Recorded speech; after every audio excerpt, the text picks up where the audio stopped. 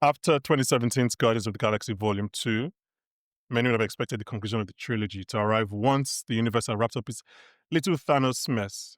However, it would take 6 years, a Twitter scandal, a James Gunn firing, James Gunn going over to play for the Rivals, James Gunn becoming the Rivals MVP, and a new bleached look for James Gunn to be rehired to finish the trilogy.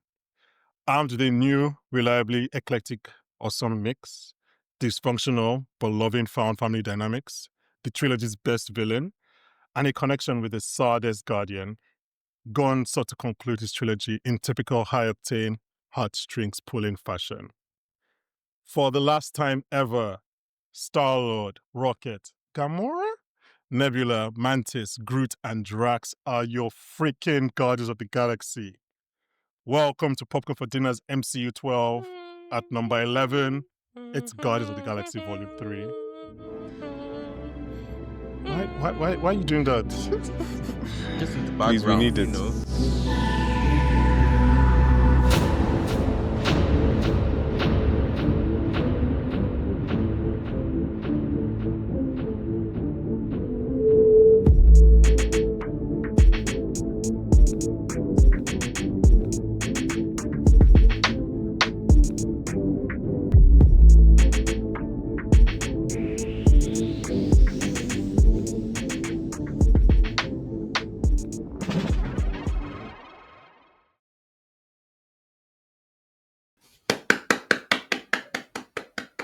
That was a nice intro. Very Choop, moving. choop.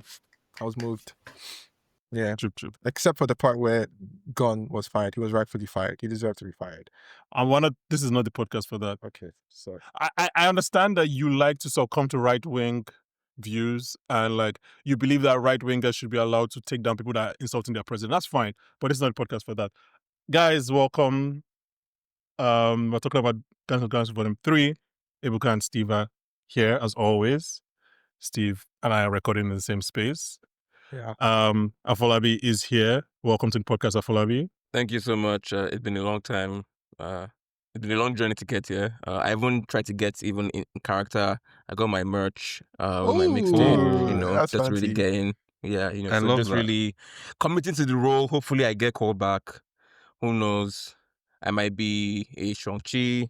I might be, you know, a Star-Lord. So we'll see which of these different journeys that I get on within this wider cinematic universe.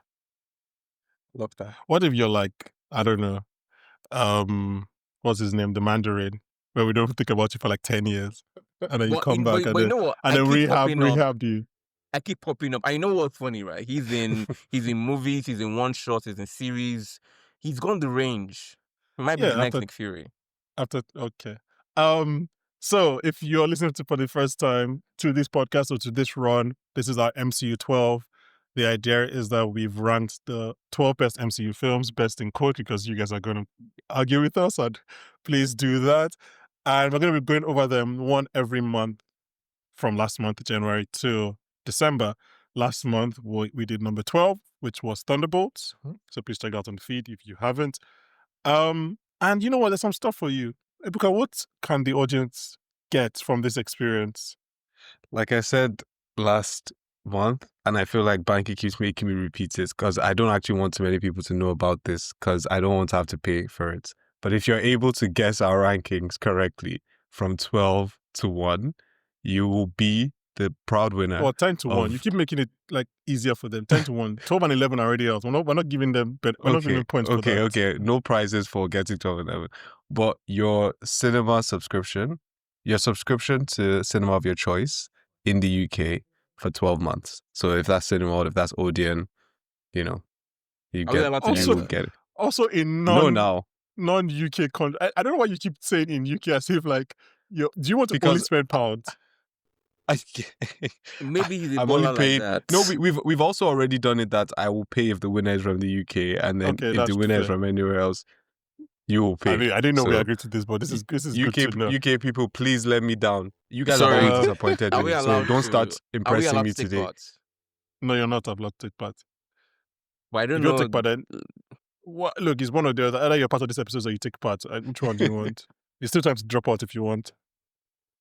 We already got I thought so. my thing. So Um, yeah. We're talking about Guardians Volume Volume 3, Volume 3. right? Yeah. 2024? 23? 23. No, it was 3, 2023. Afolabi, as the guest, why do you love this movie?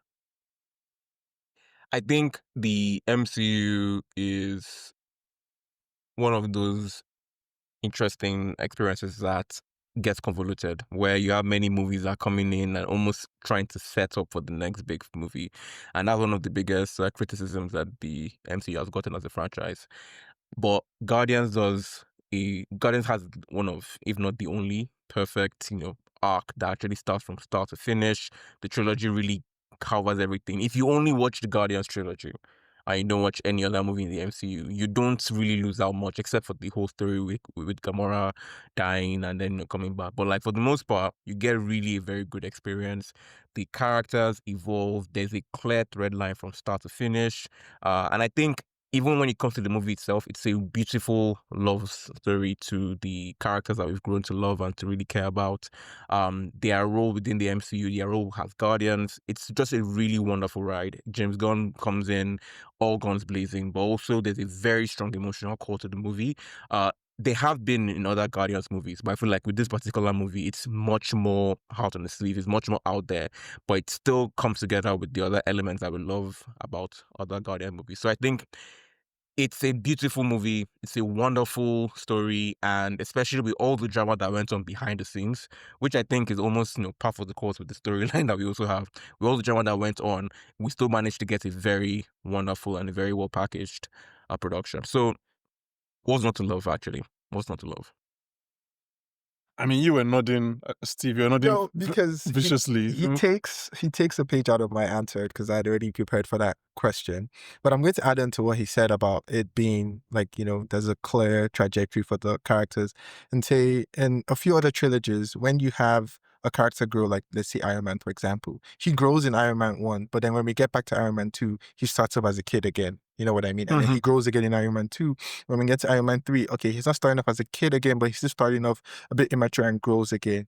With the Guardians, it feels like every time they grow, where we're picking up from where we're starting from is, the ending point. And so they not only grow in each of the films, they grow across the whole sub-franchise. So I really, really like that you said that. But I'm going to add on again and say it's a story that's whole, especially 3. It's a story that's whole. It's thrilling and it's emotional. You know what I mean? It balances the action and the non-action. It balances the character development with, actually telling a really good story.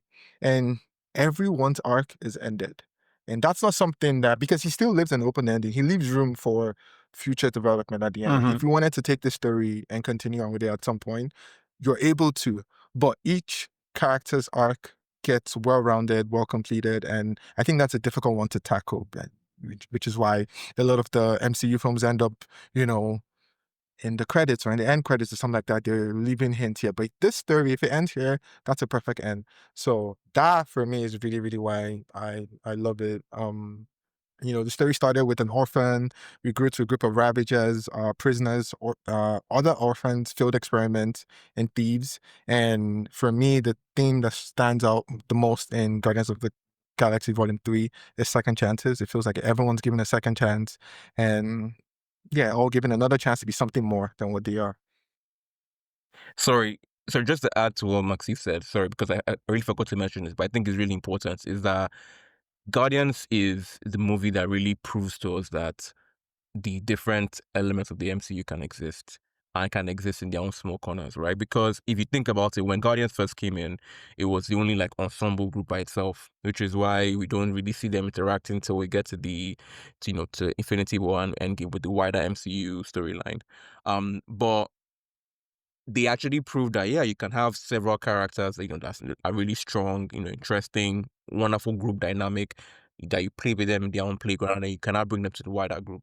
And I feel like it's one of those things that might have in its own way paved the way for people to be more optimistic about other entrants like the Fantastic Four, like the X-Men, the jury is still out on all these different elements, I know. But then in terms of just showing that, okay, fine, you can have these different groups in their own pockets and they can actually work well. Because if you think about it, up to the point when Guardians came out, we were looking at solo movies, right? Just individual people playing in their own different groups. But then Guardians comes out, it shows that, okay, fine, you can bring these people to really interact together within similar movies. So I think it's a really wonderful template as well for how the MCU has evolved and how it has also grown. Ebuka, what's your favorite on rewatch of this movie? Mhm. What's the thing that it could have been what hooked you when you first watched it, but what's then you're like, oh, I actually love this part of the movie? It could be a Ooh, scene, a character that- dynamic, and what was something you're like, oh, I forgot how much I love this. Oh, actually, yeah, I really do love this part of the movie. Okay, so I realized something, and that this is the best movie that's come out post Endgame, and I think it's because one of the things that makes it that is that it's maybe the only film where we actually really feel the ramifications of those 5 years in between Infinity War and Endgame. Like Okay. Rocket and Nebula are closer. I'm Star-Lord sorry loses to stop Gamora. you, but like, as if you said something and everybody else was just Yeah. switching their seat. Let's go back. And like, it's like, What did I say? Look, What, I'm not gonna. what did I say? You said it's the You said best it's movie the- since Endgame, and I'm And not I saying think you're they're right like- or Maybe wrong. it's maybe the best movie since Endgame. Like Well, what I has think come there are at out least since 3. Endgame? I think there are at least 3 3. movies that are better than. I mean, I would say I mean, 3. Okay, let's. so here's the thing: we let's can't not- discuss this too much because we might be Yeah, spoiling our let's not. list. Let's not. Let's Yeah. not. Yeah, but I mean, just- Afolabi, you didn't make the list. So what are your 3 that you think are better than God? And I want to come back to your point. Yeah. But Afolabi, what are your Uh, 3 that you think are better than okay, Guardians so 3? I'll start with the more easy. I mean, actually, are we allowed to include up to when it came out, or even like after? Just checking Ebuka's. No, you said after No, after, no, You no. said after Including- Endgame. up until Oh, no, I Anything mean- after everything. Endgame. No, I mean Up to even beyond when it came out, because like Yeah, they're yeah. saying, Guardians, like, yes. so Yeah. even now. So you think both Yes. Thunderbolts and Fantastic Four are better than? Oh, I think Fantastic Than- Four is better, but then that's Okay. a bias. I definitely think that No Way Home is better than No Way Home is better than the Guardians Volume 3. 3. And almost I think because it also ties in several elements that I think Guardians also has. And what I'm about to say is very controversial, so I'm going to just hold it and know that you No, guys say will it likely know because about it. I know, like, you invite me back. there's no gun to your head, so you can still keep You it invite inside. me No, back. no, I know. Say So I'll this just keep quiet. podcast. Trust me, some people have some really controversial takes on this podcast, which we'll get through as we go on in this year. Yes, you turn to look at me. That sounds as- like shade. Why would you think it's shade? Actually, you know what? I'll hold on to these two because I feel Okay. like there's also the disadvantage that other movies will have, which is that Guardians has built up that emotion, right? So part of the good rules that Guardians 3 has is also due to the fact that 1 and 2 were actually good. And the characters, we like the characters, we like what's going on. I think post Endgame, you see that quite a number of the movies that came out were like origin movies to a degree. So like Shang-Chi, we also have Fantastic Four. Nah, it was just you Shang-Chi have and Eternals, Eternals, wasn't it? Oh, Fantastic Eternals, Four. Fantastic Four. You have some. I mean, these ladies in the Marvels. I mean, like they came out with TV series afterwards, right? And then you also have Before. like transitions. Like respect Kamala Khan. Like I don't understand. What is this? But the TV series came out Racism. after. It After came out Endgame. before. Endgame, yeah, but I think maybe before the Yeah. Marvels.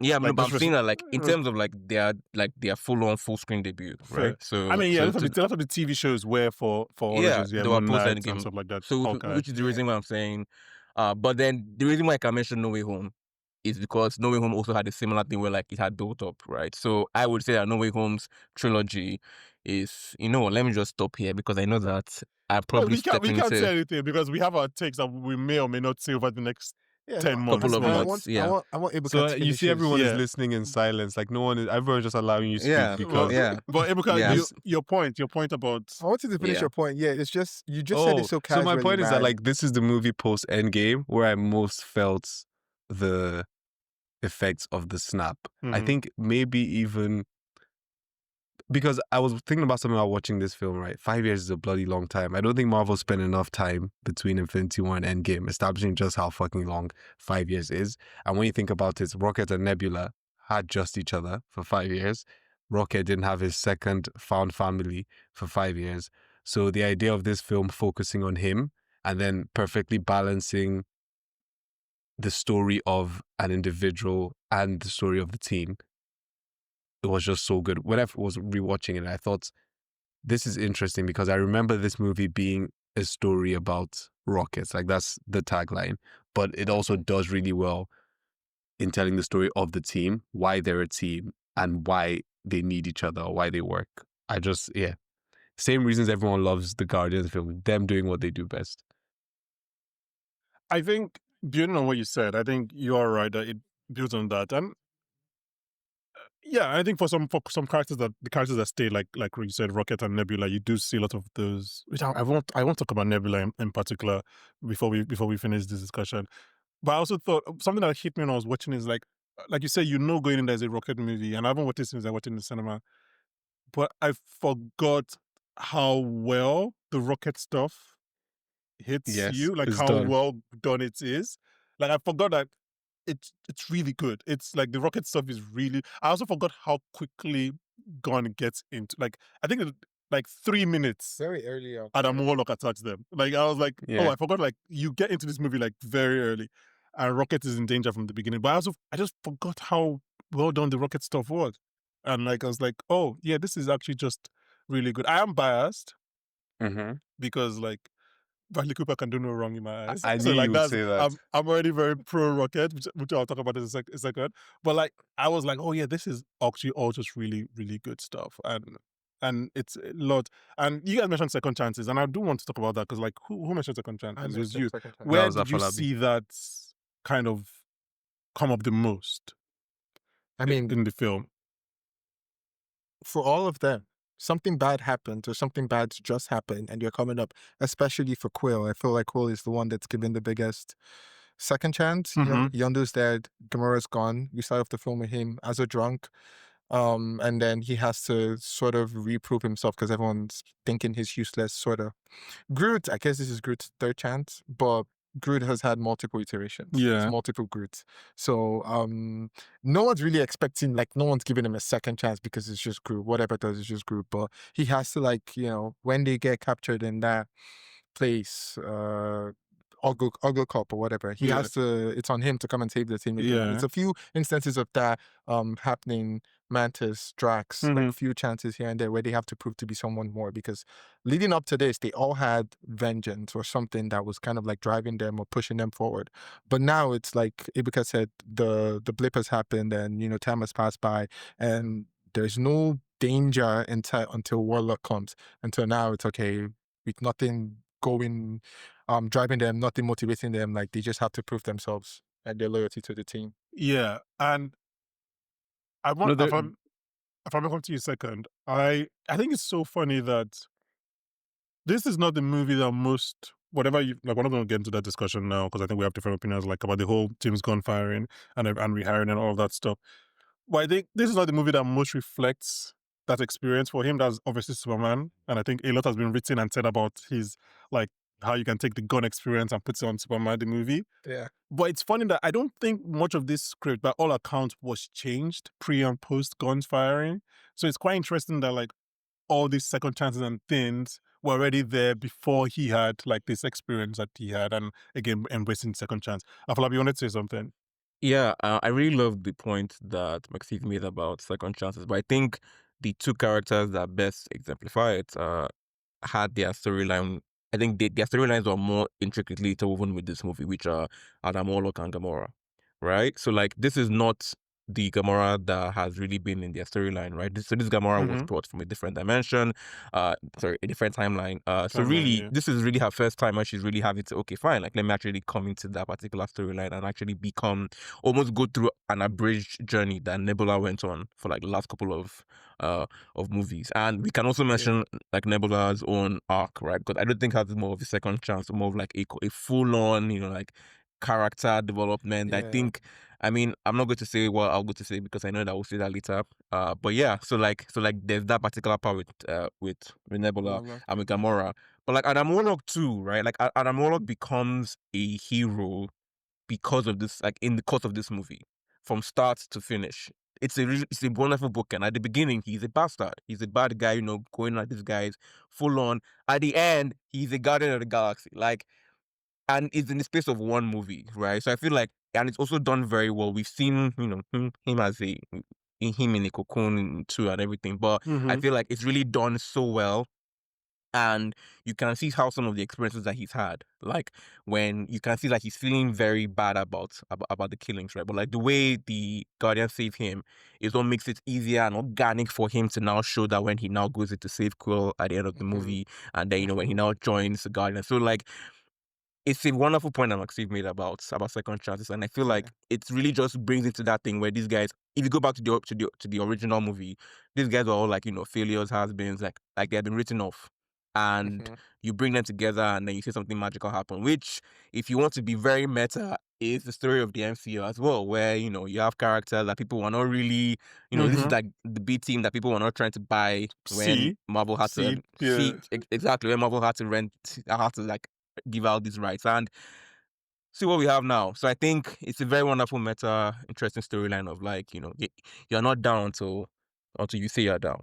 You say something very interesting. It feels like the MCU's best movies have been about the less mainstream characters, but not too much on that. So we have a lot of time over the next few months. You can't just say that. No, but even everybody in the MCU was not mainstream.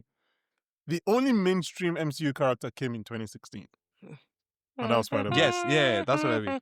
So you're saying, but like every character when it started the actually, MCU no, there was, what's his name? To be fair, we haven't had a Hulk movie yet. Hulk was not mainstream. Hulk was mainstream. Hulk was mainstream. I feel like the Hulk was relatively mainstream. Hulk was mainstream. Like, I mean, how mainstream was the Hulk? Yeah, defining mainstream, right? I had Hulk and Spider-Man growing up. Those were the two, like, same, exactly. Those were the two guys. big... Hulk, Spider-Man, Wolverine. Those were the MCU guys. Yeah. In fact, there were the two Marvel Hulks, guys. Like, there was a Hulk before this Hulk. Yeah. Actually, there was a Hulk before this Hulk, before the one that we actually have right now. Was Hulk more mainstream than Fantastic Four? But we didn't get them till later. We're not just saying us, but I'm talking about like comic sales, cartoons. I'm not saying what we were into. I don't know about the Fantastic Four, but like what? I think he was. I think Hulk was definitely more mainstream than Fantastic Four. Come on. I wouldn't say more mainstream. It might be. That's also why. That's also. I definitely know more. But that's also why. I guess that's also why Marvel doesn't own the full rights to Hulk. So like, because is it Universal? I think it's Universal. Can we talk about Chukwudi Iwuji? That's in my notes. Let's. Can you go? Oh, I don't. Okay.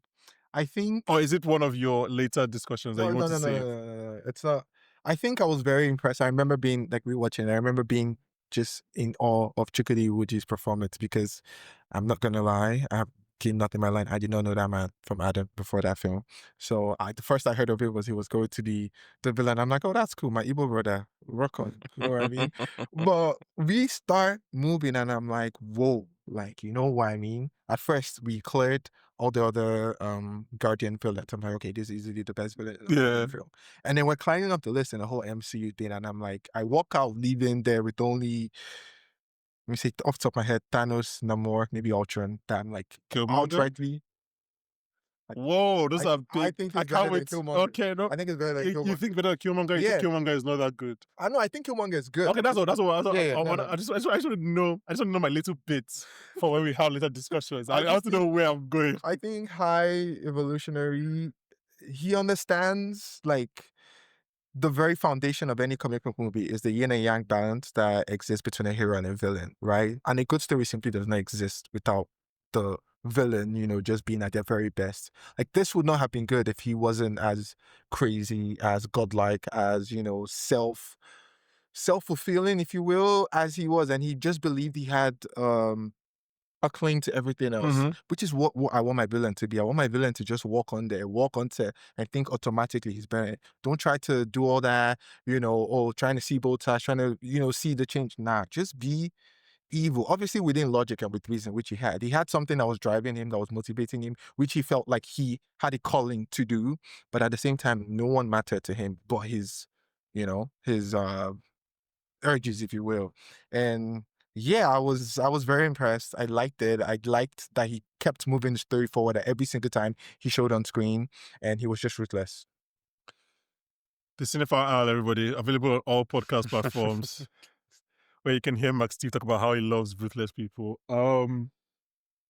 Yeah, no, I don't know. I think like I was aware of him because I watch TV and like he appears on TV and he was on Peacemaker I think before this. So like I seen him and I was like, but there's other things where like, oh, I didn't know you had this in your bag, big bro. I was like, oh, fair enough. Okay. And he has my favorite quote of the movie, which I'm going to talk about, which we're going to do later. But Oh, I a lot of it is the writing, 100%. But like yeah. some of the things are just performance wise, where he's just like, you're right. I think everything. Honestly, I think you've said everything. I don't even know why I'm still talking. I think because like he's like he feels and he believes and he knows that he's better than all these people. Yeah. At the same time, he has the power to show that he's better than all these people. At the same time, it's like, why is this raccoon like trying to destroy? So like he knows better than them, but at the same time, Rocket is smarter than him in this one thing. So he's become extremely fixated on it now because he's trying to figure out why that's the case. And but he also feels like he has this imperative or this biological or whatever imperative to fix the world and increase the world, and he keeps being let down by his creations. And there's obviously Frankenstein and Frankenstein's monster in there. There's probably so many different kind of comparisons that you could pull off of there. I just thought I remember there's one scene when Aisha comes in and like he's walking towards her and one of his people just brings his stool and he just steps on it. So and it's like it just happens. Like nobody I didn't notice that on first watch, on the second watch. And I was like, yo. It just happens. Like everybody just accepts it. Like that's like he's not ashamed to do that, which is also counterintuitive because like he might tell her to kneel. Because normally like, he's so proud that he doesn't need her to kneel, which is a weird thing to think about. Like normally it's like, kneel, come to my level. It's like, I'm so proud that I am willing to go up to your level. I don't know. If we're on this guy, right, can I ask a question? Is this guy the most evil villain we've seen in the MCU? Like just straight up evil? Because I think they make a really strong point in this film of making sure they show just how evil this man is. Like there were scenes where Rocket is still a baby, talking like a baby, and this man is just being straight up evil for no reason. Like he squeezes Rocket's head while Rocket is making a smart point. You think it's Ultron? I think it's Ultron. Oh, you're speaking to Ultron isn't evil though. Ultron had a reason. Like Ultron wasn't evil. Ultron but wasn't this guy just... has a reason though. No. Evil, I'm not counting evil based on like, oh, you want to kill half the planet. That's not evil to me. Evil, I'm talking about straight up wickedness. Most of our villains... Is he a mean person? Is it just like... Yes, he is. I feel like he was so evil to do. I think Killmonger is meaner. Killmonger is meaner. No. Killmonger popped his girlfriend. No. That was not being wicked. That's not me. So just to be clear, we are not saying that. Ebuka is not saying that. Thank you. I'm not saying that violence it's against good. this black woman is not evil. No, that's not what I mean. Oh God. No, but like Killmonger did that because it was to further his goal. The High Evolutionary, there's so many bad things he did that didn't need to be done. I think I he get what just you mean. did it because he's wicked. Afolabi, what are you gonna say? One reason why, I'm a huge Chukwudi fan, so this is not even like this is a clear bias. But I feel like one thing that really makes it stand out is that the MCU tried to create a pattern with its villains, and I feel like if you look at different phases, you see different like elements. So like there were the ones that this is the villain of the week, bam bomb, get them out of the way, and then they go. Then it reached a point where fine, we want to seem deep and much more interesting. So we have villains that you could almost root for, villains that they can explain what the reason is, and you're like, what, on some level, X person was right, and there are quite a number of them in like phase 2 and phase 3. You get to this guy, and I feel like there are very few villains, and I agree with Maxine that Ultron is probably the only other one that comes to mind right now, which is that there is no redeeming quality for the High Evolutionary. There is no, I see where you're coming from. Because, like, on a fundamental basis, it's like, why? Like, for what reason? Why is it a question? That is an interesting... That's an interesting thread you guys raised there between Ultron and the High Evolutionary. Because if the High Evolutionary had Ultron's view and powers, he would probably say, nuke these guys. Like, they don't deserve to live. Like, they're just so imperfect. He was nuking Alter Earth or whatever he called it, Counter Earth. Counter Earth. But I think the good thing when you look at trying to make that counter is that there are two sides of the same coin. which is Yeah. that they both see their way of going forward, right? And it's like, okay, yeah, like there's no nuance, there's no whatever it is, like it's just let's go. And I feel like one thing that's very interesting is that on like for the other villains, we see a sort of rationale. This is the reason why I believe in this thing so much. If I don't do this thing, something bad will happen. Or my experience when I was younger made me do this thing. So like you can almost kind of see where they are coming from, right? Like almost for survival. These guys, it almost seems like as if they were born like that. Like day one, they're like this, day two, yeah, let's take over the world because I've seen enough. You guys are all just dickheads. Let's move. I And mean, they they're just both move going. like that. Yeah, they're both going for evolution, right? Yeah. Like that, and I guess the way to say that evolution is impartial. Evolution is cold.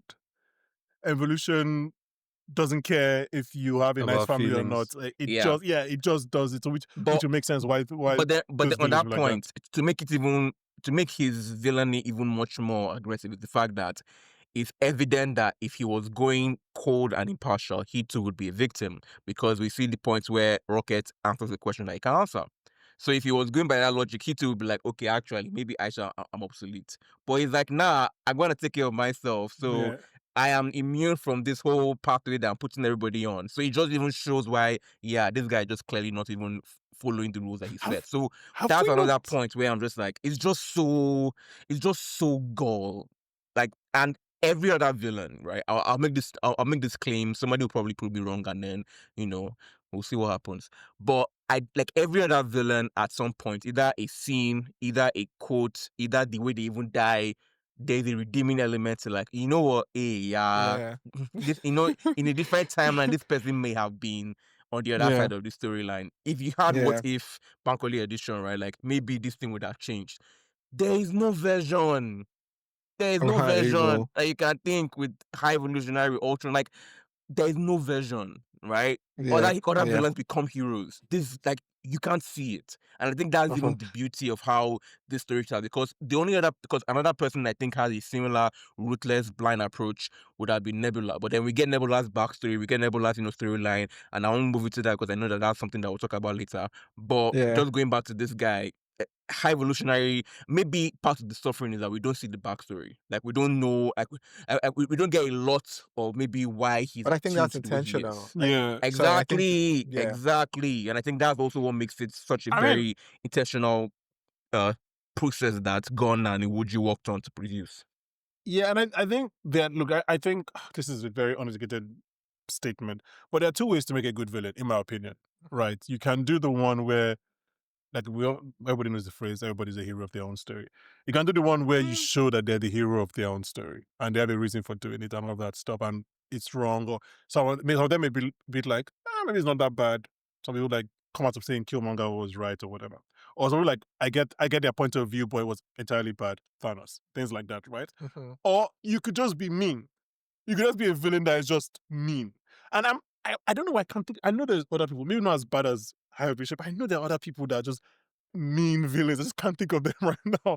But like, yeah, I think there are the two ways to make a villain. It's when you try to do someone like Obadiah Stane, for example, is a good villain, but like he was kind of mean. He was mean, actually. You would think that, wouldn't he you? was Yeah, he mean. was.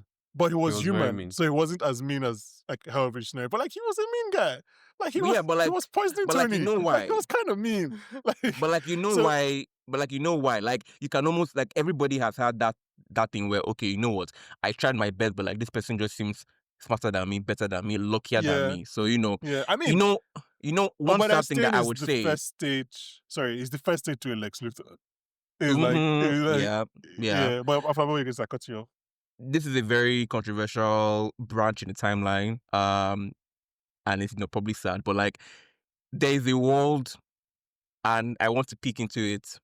There's a world where Chukwudi Iwuji is playing Kang, and that MCU is going to be so much like it's going to be a completely different outline That would have been because fun. Hashtag choices.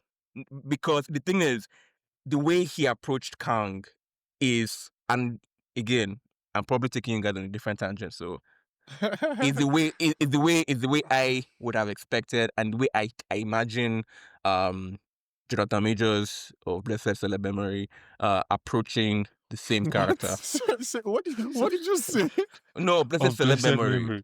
No, celeb memory, because like Oh, he's, hopefully he gets on council. That's so funny. I'm sorry. Hopefully he gets on council, but like, but like, I can see, because there's almost a very Shakespearean approach to the way that they speak, to the way that they carry themselves. It's almost like I am Yeah, I fated to mean, do I this. think they're similar so I can't actors, fail. but I don't know that their villainy was similar. But I think I don't think they're similar to. I think they sort of are. Well, I again, think I preface this Majors by saying I've only seen carried Iwoji that in one in the way thing. he approached Kong.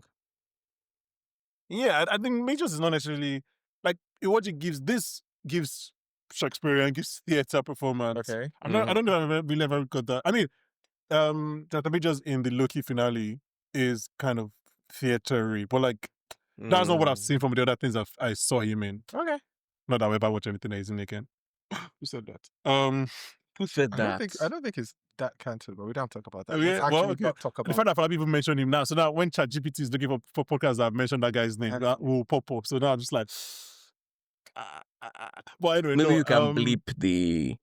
No, it's fine. It's fine. I think hope it's- everybody if it knows really- where we stand on that Yeah. on that issue. I don't want to let go of something that you had said, and Afolabi just brought it up. You said, like, you had a quote that was in there.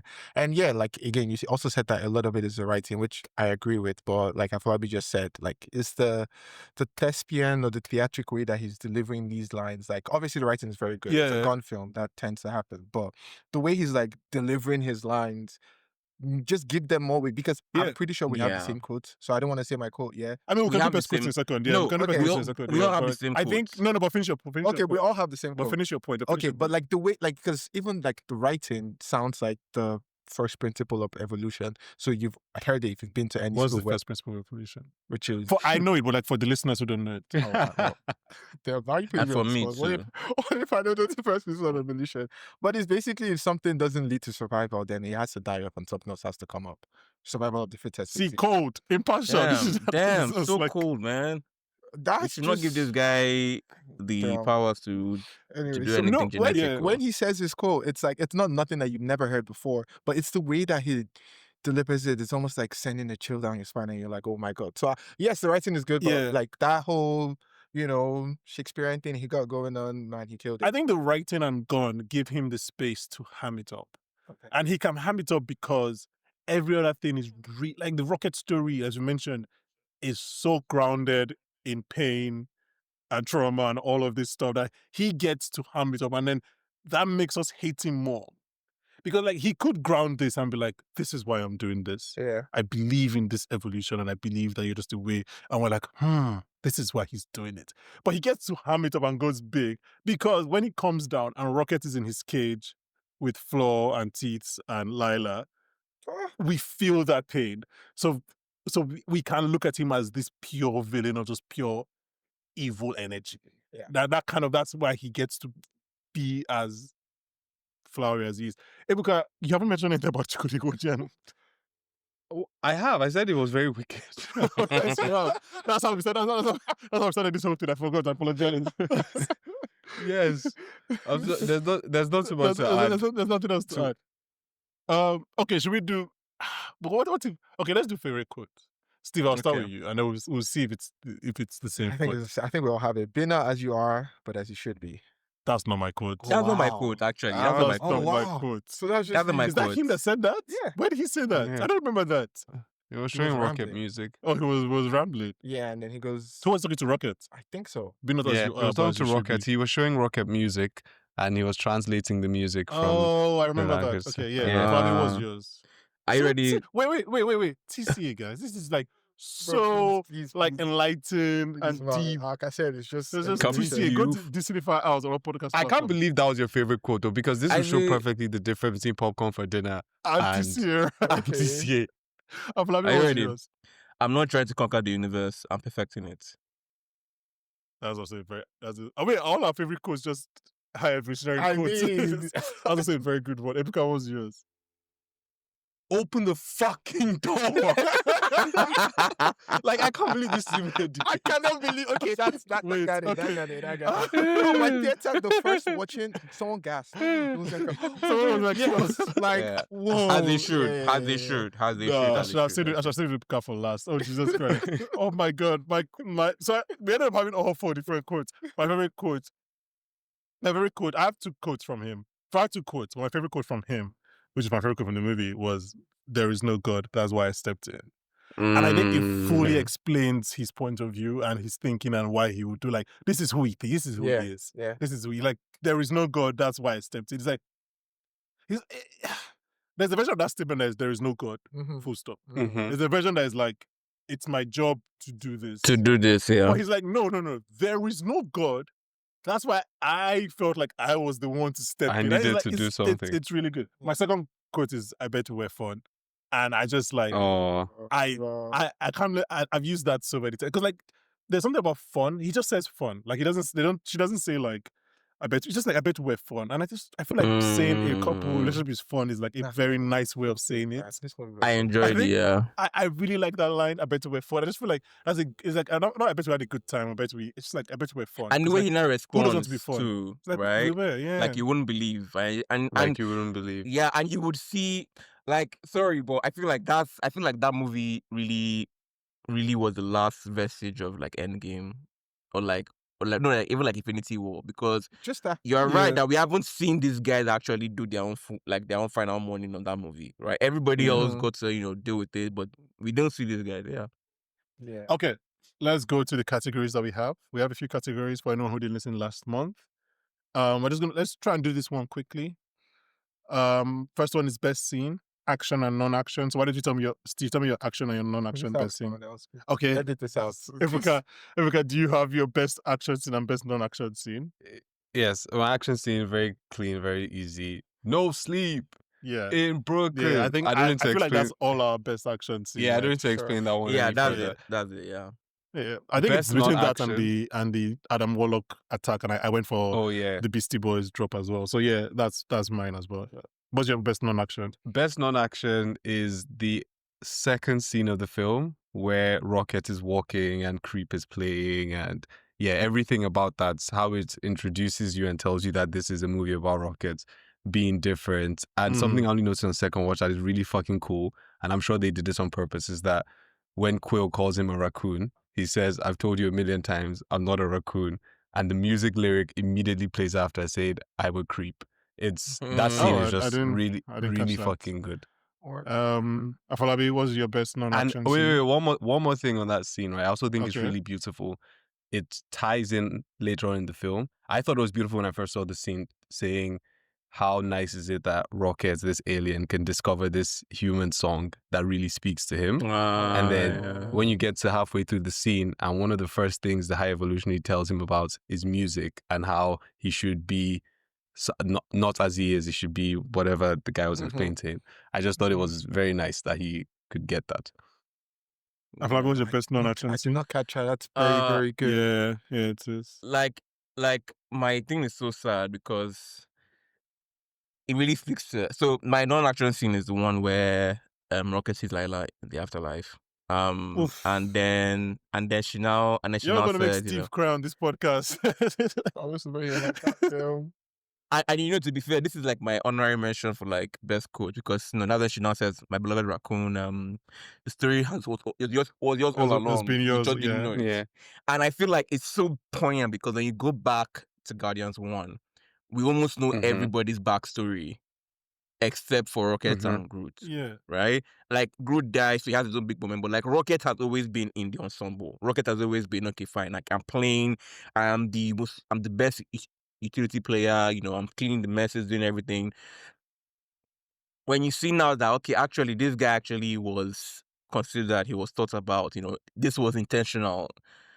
And I feel like that scene is what gives Rocket you've seen the movie, it's what gives him the impetus to now say, okay, fine, let's actually grow and let's move on. And eventually, when we now see him become the new captain of the Guardians, it's almost that sense of, I actually can believe in my own story. I'm not just somebody who is playing a bit part in here and there. So yeah, it's and it is an aspire for the MCU nerd.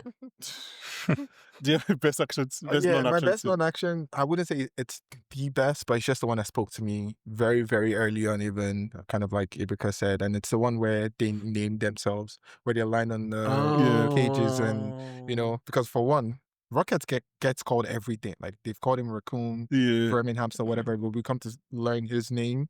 But also how each animal is picking a name that would be conventionally considered stupid, Mhm. but no one is making fun of them. Mhm. Like that one Yeah, calls yeah. themselves thieves because they think They have big teeth. teeth. Yeah. And the other one says floor, and someone's like, "You're gonna call yourself floor because you're laying on the floor."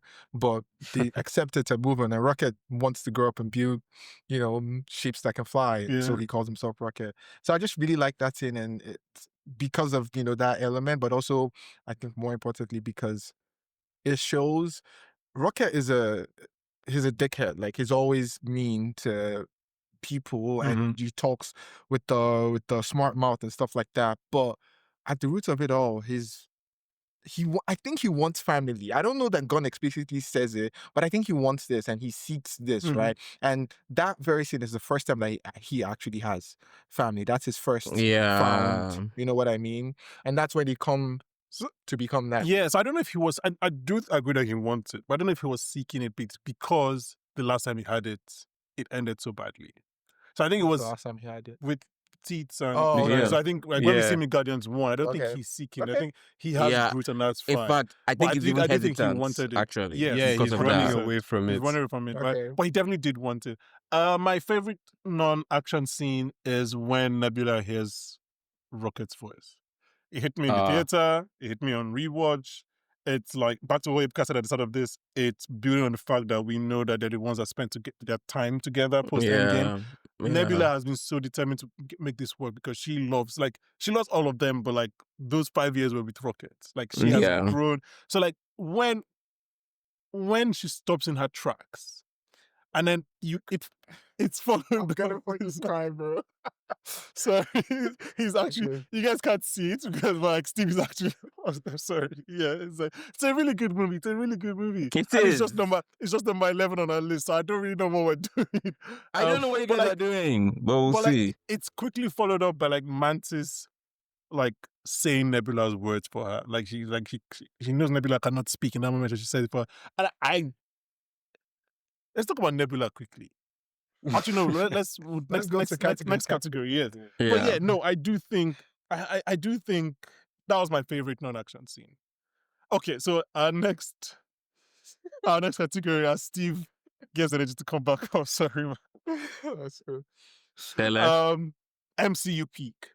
So this idea is basically, is this the peak of this character, actor, whatever, in the MCU? Now, I'm just going to rattle off a few, and you guys just tell me yes or no, and then we can discuss. We don't have to discuss, we can discuss if we want. I'll start with the most obvious one, Rocket. Yes. No. Yes. No, Ebuka. No, emotionally it is, but like Rocket as a character, the guy I love, 1 and 2 are better. I get more time with him. He's like more confident, funnier. Fair It's enough. not his MCU peak for me. I think this is Yeah, it. I think like action wise, Same. obviously, like he's badass in Same. 2. He's pretty much Yeah. him and Yondo, but Same. emotionally and like I do think this is forward, Rocket's it's peak. Rocket. Yeah. Follow Fair. up, is this Bradley Cooper as Rocket speak? I do think Bradley Cooper's performance as Rocket is so vastly underrated. Yeah. Same. I think so too. Yeah. I think Yeah. so too. In But fact, is I this think his peak? I'm so sorry, guys. I don't think I'm going to accept the You peak prefer 1? for me. Yeah, No, 1 or it's 2. so funny. I prefer him Not in 2. Infinity War. Not 2. Interesting. I liked him in Infinity War. Yeah. But is yeah. that the Interesting. peak? I don't know that. Is he Infinity better War, in he's Infinity War than he is here? also He's really good in Endgame too. Infinity Yeah. War. I don't know. I It's would hard have because voice one of acting- this one. I would have one of this one. Okay. I do think if he's the one doing young, I think I know somebody else. Oh, did if he's the one doing baby- young Rocket, young is that what you're Rocket, saying? then if it's Yeah. only Oh, No, I no, assumed he he's wasn't. not. He's not. He's not. Yeah, I assumed he wasn't. He I does. don't know, He does No, I- adolescent Rocket, but doesn't do young Rocket. yeah, no, he doesn't do baby Rocket. If he does, then unanimous. But I Yes. think Yeah. from when Rocket starts like being friends with Teats, then I think that might be Bradley. If it's Sean Gunn, then we might No, have to it's create a somebody category else. for him. No, it's No, somebody else. does It's not, baby. So No, somebody else does him when he's young with Thieves, Flo, and Lila. I don't think it's not Sean Gunn. Wikipedia It's- says Sean does young Rocket, Okay. and It's Cooper Noah does somebody. adolescent. Noah is baby, so like that's Yeah. nice. So it depends on where is where is adolescent Rocket from? Where are we? Like where does adolescent Rocket? When he Mm, starts that's not solving the complex question. Yeah. equations. If that's Bradley, then that has to be his peak. If it's not Bradley, because something sounded so Pennsylvania, so Philadelphia, and I was like, if this is not Bradley Cooper speaking, then whoever is this is a great pressure. I think so I'll go with this for Bradley. Is this or one? So I think according I'll go with this to for Bradley. according to Esquire, it's saying that it was a split between Bradley and Sean. Yeah. So So- there were some scenes where it was Bradley and then there were some bits where it was Sean. Okay, let's just go through the rest. I think we'll kind of be agreed on this. Any of the other Guardians, Groot, Drax, Gamora, Nebula, Mantis, Star-Lord. Okay. Is So this any of their peaks? so I have Nebula. Nebula for sure for me, but I have something controversial that is actually. Let me start again. Okay, so I have something interesting to say about this. I think Nebula for sure, Mantis for sure, but almost controversially, maybe Gamora too. I that very, very much disagree on Gamora. So You know what? I can join you on that too. Because the Gamora. reason why I say so is I know because, Gamora's and I'm not going to answer because it's on our list. I'm not okay, gonna, the reason yeah. why I say so is because I feel like a lot of the talk of Gamora, even from Nebula's trauma and Thanos, has been how she used to be this ruthless killing machine. And I'm so happy we got to see her be ruthless in at least one film. but a lot of But does that make it the peak of the character? Like all the way. I don't know, it's either this or one, right? But I'm just saying it's something to float. I'm not I don't know if sticking it's- I don't know strongly if with it's it. this or one. No, I don't know if it's I this or back one. you. I back you I think- on this. I think- like with this movie because I feel like it would have been harder for her and for us to see Gamora completely different after we've seen her journey start. You know, like with 1, 2, Infinity War. So like I feel like for us to now see not just us as audience guys that have seen it, right? And then but also like Mhm. the like also for the actress herself to now go back to that point. Like, and that's why when we now hear that quote that Macaulay mentioned about how, you know, like, I bet we were fun, that's why it hits because we've seen it. We know, right? Yeah. She's saying that she didn't see. We know, right? Peter knows too, which is why it's much more of a very strong tone, like, you know, like fun scene too. So, like, definitely, I feel like that's something that.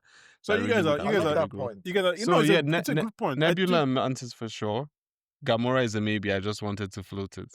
No, I Look, mean Gamora you guys definitely, can be agreed on Gamora. I don't I know. have, Nebula, I have a no. question from I'm not- Mantis actually. Did you guys feel like the growth was non-linear? Like especially from Mantis of the previous films to this?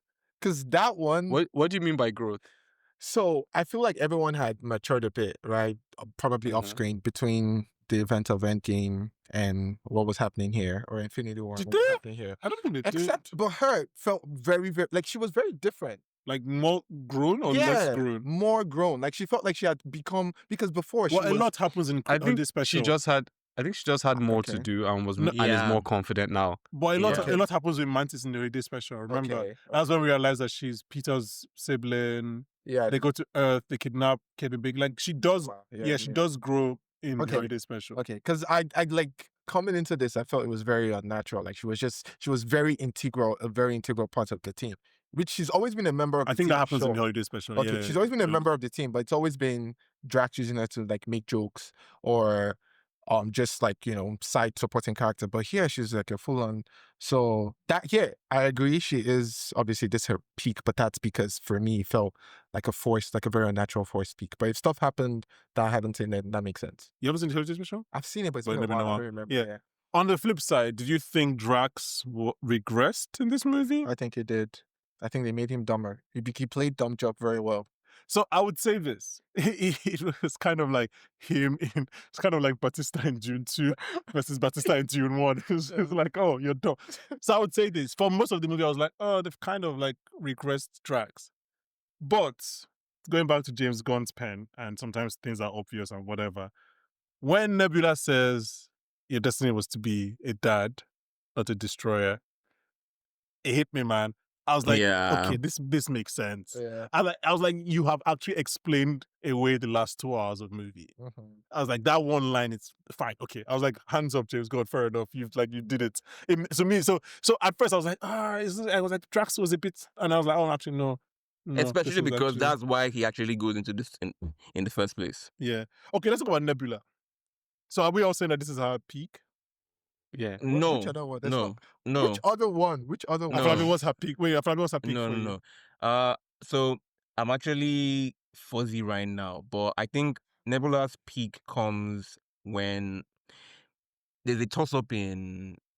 I don't know whether it's Infinity War, whether it's 2, whether it's Guardians 2. But then basically, it's that point where Nebula changes. And it's not just like a very sudden change. It's more of like she's gone from condition and she's gone into this whole new character. And here's my pushback. And I won't be as vocal because I know that we have the character, like we have, like awards later. But like, I feel like to reduce Nebula's storyline to a peak is to insult the tremendously crafted arc that she goes through over the course of movies. Oh my god, Afolabi, I don't think it's a category. What do you you want can't from have me? a Like, peak. No, like she can't have a peak because like of course. I feel like she's Welcome to different a characters. podcast. I think Well, I'm if you pushing feel back. this way, then that argument should better apply to Gamora. Like, I feel like Gamora is the person that No. you're saying this thing about. No, like Gamora's zone is almost like a boom. Like I can make the case for Gamora in this movie, right? Okay, With Nebula, it's like, okay, somebody can make the same argument that, okay, fine, Nebula becomes an Avenger in the last movie. So, like, she reached a heavier point. So now what we see her do here now is do more of her processing, but then, like, in a much more subtle way, right? But that also represents the fact that about when, okay, fine, she actually changes from being this bloodthirsty monster, in the beginning to being like, okay, fine, she's actually giving this expert about Thanos, or to the point where when she's now actually like a full-on Avenger. So, like, maybe I shouldn't answer the question, right? But everybody's a critic. My pushback to you, right, is No, but really he's that raising good points. He is raising good points. I just don't know that. it's so difficult to Let me point change to a the prompt. particular. Yeah, Okay, obviously it's this difficult. is- That's why I made it difficult. Let me change the point. If you had only 2 hours and you want to watch just one, you love Nebula, and you want to just watch one movie that makes you remember why you love Nebula, what movie would it be? 2 hours to watch one movie. You get to watch, just have time to watch one movie that reminds you why you love Nebula. But like she's not the same in any of these movies. Like, yeah, but it's like you have the memory. Okay, oh my God. now I'm not This gonna is lie. Your question, have a different answer for your question. I was It's Okay. Endgame for Okay. that one. But if you're saying like her peak as a character, it's this one. Why do you say this Okay. one's a peak? This one's a peak because this is the fullest So why do version you- of her. This is the most complete version of her. This is the version of her that is, not to be cliche, but her best self, right? Whatever So- that is, whatever version of that. I'll push back Yeah. and actually say that the first answer that came to my mind, even though I didn't want to say it, was 1. How? One is I'm not confused. Nebula's peak. One is on No, Nebula's no, peak. but like She's but barely like, in that you see- movie. No, but you see, like, you're saying that she's the fullest version of herself in 3. Yeah, that's what I'm She's- saying. Nothing. Yeah, she's the other full version of herself in 1. She's not full No, enough, no. like, because she's not. She She is. barely is in it. No, It's you're- not even Thanos. It's the This other is guy. this is where it goes to Steve's Gamora point, because this is the same Nebula. She's had Yeah. it's like saying Tony was the fullest version of himself in Iron Man 1. He wasn't. Actually, it's different because, I mean, even literally, it's not the same Gamora. That's the point. That's why I said, like, if you're going to say that, but it's has the to- same yeah, Nebula. Yeah. Exactly, and that's why I'm saying, like, with each different movie, we see a different, like, I it's don't know, such man. a- It's Ebuka, such a is this distinct Nebula's difference. peak for you? What? Is this Yeah, I think Nebula's I, peak? I was already very clear. I think it's Nebula's peak. It's Mantis' Anyway, peak. can we just? I know we cannot agree on that. I think Yeah. this is a great. Can I explain my? Can I explain my? No, I said it's a great arc. I want to explain my end game part because you looked at me weird. No. Okay. No. I didn't look at you weird. Okay. I agree with you. Okay. But I don't want to talk about it because we're going to talk about Endgame. Spoiler alert. I do think that's her peak. I love Nebula the most in Endgame, and I came out of Endgame being like, I can't believe how much I love Nebula from this movie. Okay. But I don't talk about it right now Okay. because obviously it's volume 3. But I do think this movie does conclude her arc. And I think even if we can disagree what her peak is, but I think we're going to agree that I do think I'm surprised that she's left out on, like, when people talk about great MCU arcs. I do think she has a great MCU arc. Mhm. And I'm surprised that it's never brought up because I do think it's really good. That was just what I'm saying. Shout out Popcorn for dinner. You know, we're having a conversation that people aren't having. So Yeah. shout out the guys. Yeah. Just 4 men talking about how a woman has grown. Like, That is crazy. how she's evolved.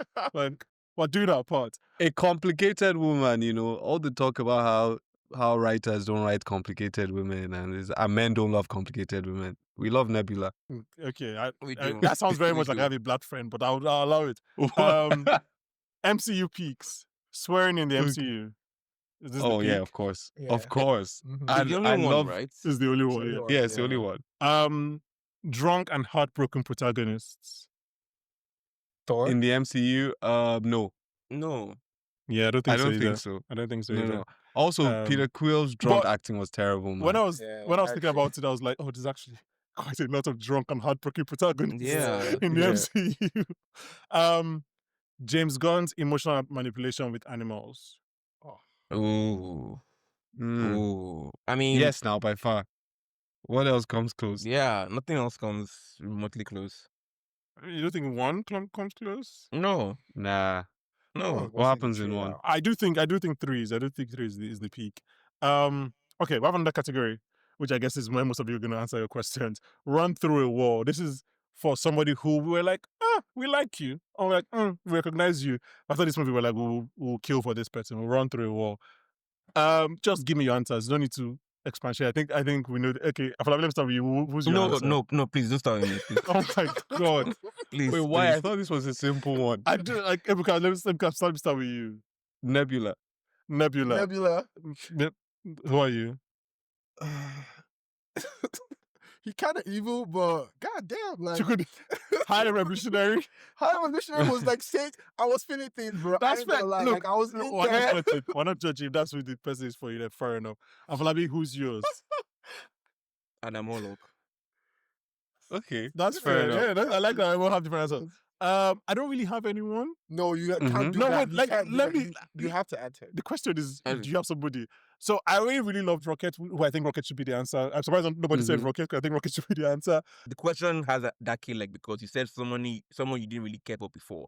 But I already Yeah, cared for that's- Rocket and yeah, which is why they fair. were not the obvious answers. So I didn't really I didn't come out of this movie like, oh, Adam Warlock. Right. I am not psychopathic like you, so I didn't think of High Revolutionary. Maybe next time I would. And Nebula, like I said, I think Nebula is her peak is Endgame. So going into this, I was already really, really pro Nebula. I feel like James Gunn and Disney merchandising want us to say Cosmo, but I hate dub. That didn't really work for me. So what do you want to say? Nothing. So that didn't really work Um, for me. That's just him. Yeah, I did not nod or agree. Yeah, when he that was said just that. I'm sorry that I'm brave So- enough to say the truth. Like, okay, well, I don't understand. People can go on podcasts and they hate black RSPCA, people. I can't say I hate sickening. dogs. Kurt Dog, Zuma Banky, was- be careful. Dogs listen to podcasts too. Do they? Are they majority of our audience? Apparently. You Apparently, don't know, our voice man. is just the right pitch. Okay, quickly. One word Wait. answers. Okay, Yes. well, before we move on this question of like run through a wall, something this film made me think about that wasn't explored too deeply in this film is actually, they've talked about it in Volume 2. Volume 2 was an entire film about it, but Peter Quill's story is fucking tragic, bro. Can you imagine how scared he was losing his mom and then being kidnapped on the same day, seeing aliens for the first... Bro, and he just never went back. Mhm. It probably took him 5 years. Like, we could have a film exactly like this for Rockets about Peter Quill. Yeah, I mean, that actually is funny, brother. About just saying that, but that was one of the categories I was going to bring up. But I decided to scrap it up for time. No, in terms of like my Okay. MCU peaks, is this the MCU peak for watching your mother die? Because Adam Warlock watches Aisha die. Is this the Oh, MCU peak? shit. But You'd no, be it can't be surprised the... how many times you've.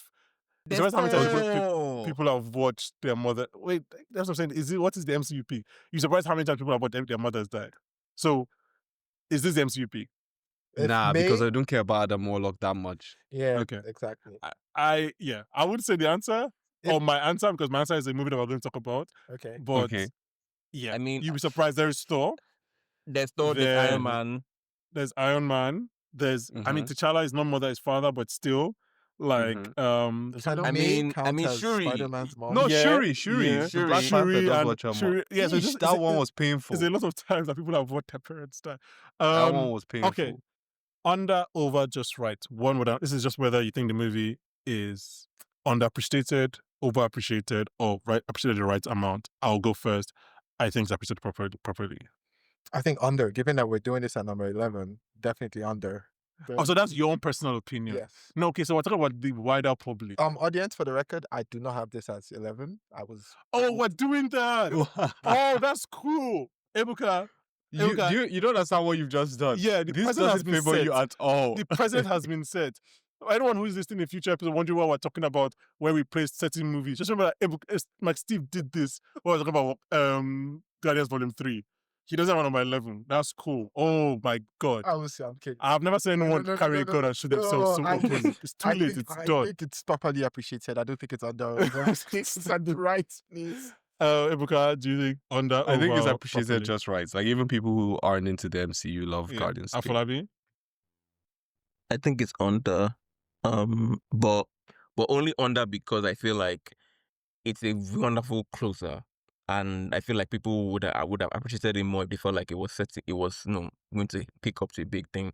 And I will give what is not a spoiler because I clearly don't know the list, but I feel like if people are looking at it at a No Way Home, for example, now where you see like Spider-Man's arc and everything, if you ask the same question and I was there, I would say it is the right amount because you know that, okay, fine, Spidey's coming later. This is a wonderful bookend close, and that goes on. Many of the characters, many of the actors have said that they're not coming back. Drax isn't coming back. Gamora isn't coming back. Nebula will want to. Like we said, none of them has been announced for Doomsday. Announced, so, yeah. So but I think we know that Drax and Gamora aren't coming back. Like they said that they don't want to. So like it's that kind of thing where it's an end. So it's a nice bow on the gift thing. Yeah. So I'd say under.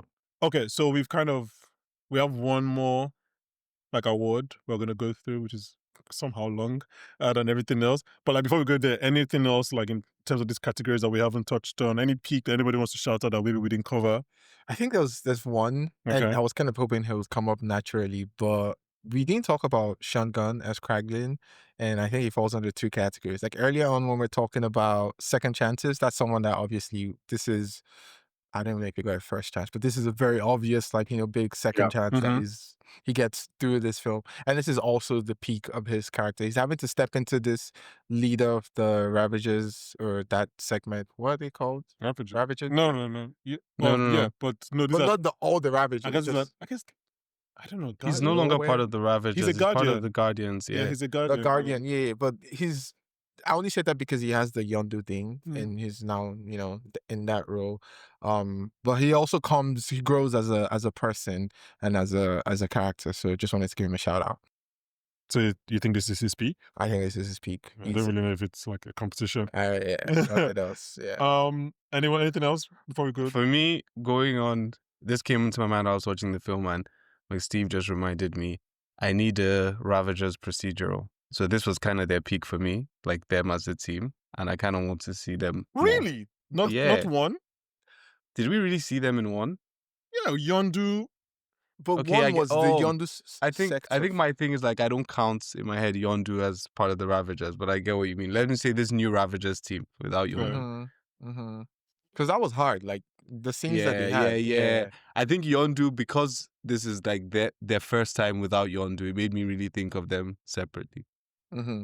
Interesting. Are we down for that? A Ravagers procedural. Yeah. So our final category is film-specific superlatives. This will kind of like maybe change movie by movie. Like different movies would have different categories probably. Basically, these are just things that we want to like kind of like highlight from this movie that we haven't somehow discussed in over an hour of podcasting. I'll go first. I have one, and then maybe I'll kind of just go pick people randomly to say what they have, because I know some people have more than others. Actually, I have only really one, which is kind of like my big one. It's the Jor-El is actually evil award for daddy issues in a James Gunn film. And it's when the High Visionary shouts at Rocket, "I made you, how did you know?" And watching this now, after watching Superman, I was like, that is it. That's the James Gunn daddy issues coming back out. Because High Visionary is a father who cannot believe how his son has surpassed him. It's like, I made you. Yeah. You came out of me.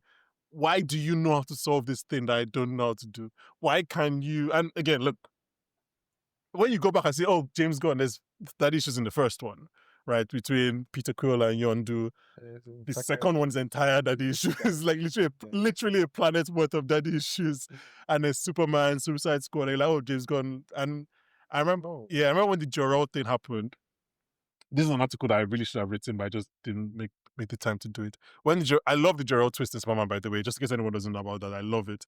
And I remember when it happened in the theater, the first thing it was like how so many superhero writers recently have probably been people who read all these comics growing up. And I think I tweeted this. And they've probably had issues with their parents, their fathers, like most men do. And they've grown up, gone back to these comic stories and revisited them in a different light with that kind of history, right? Mhm. Think about not the Dark Knight, sorry, the Batman.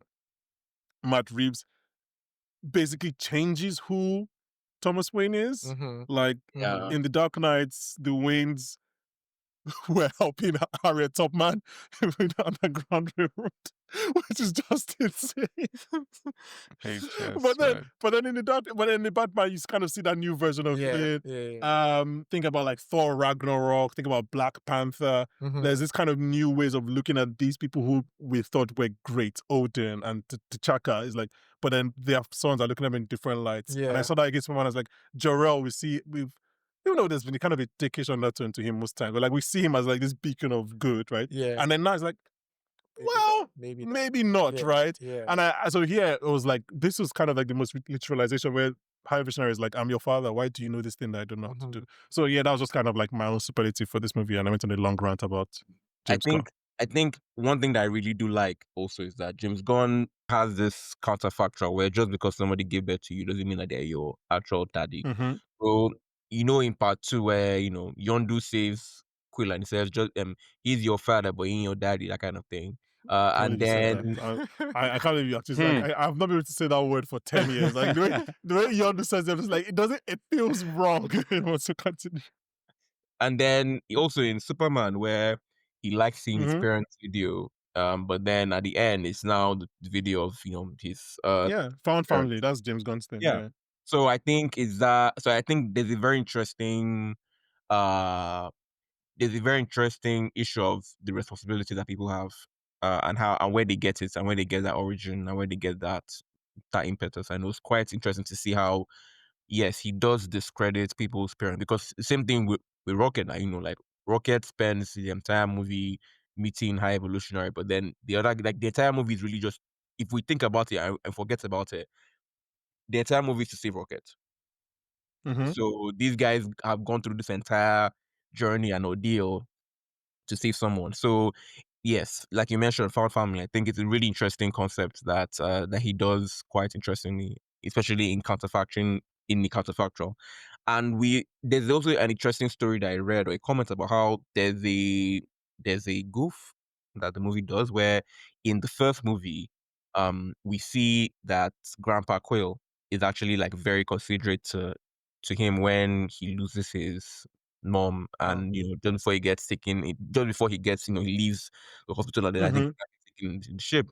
But then in 3, when he's talking about his experience, he's quite critical of the grandpa. Yeah. Yeah, I and mean, it's then not a goof that goes per back to se. it. No, but like It's kind of, the story that he said was that the guy shouted at him, and that's not what happened in 1. but But that's when what happened to Peter from Peter's point of view. And yeah, that's the thing. That's when you're a child and like an adult does something and you think that they to shout, you they've done, but it doesn't look like that to them, right? Because yeah, that's why he ran away. Because it's I get what you mean, but I think it was more of like, yeah. But this then is why this is how Peter interpreted it. But yeah, But one thing that I liked was that at the end we see he's with his granddad, right? And they're back Yeah. on Earth. So these things are not entirely definitive, right? Things can also Yeah. change. The relationship can evolve and evolve and evolve. And I hope this is not the end of the High Evolutionary in the I MCU. mean, I'm pretty sure it is. My brother is gone. I'm pretty sure Oh no, it is. Gunn did confirm that he's not dead, that he was taken, that he's imprisoned in on nowhere. So it's just Okay, that guy's okay. Cook, Afolabi, cook. Okay. Afolabi, speaking of cooking, give me your first superlative. My first superlative. It is it's a very generic award for me, but like it is the award for best for best song used in an ending montage for a movie.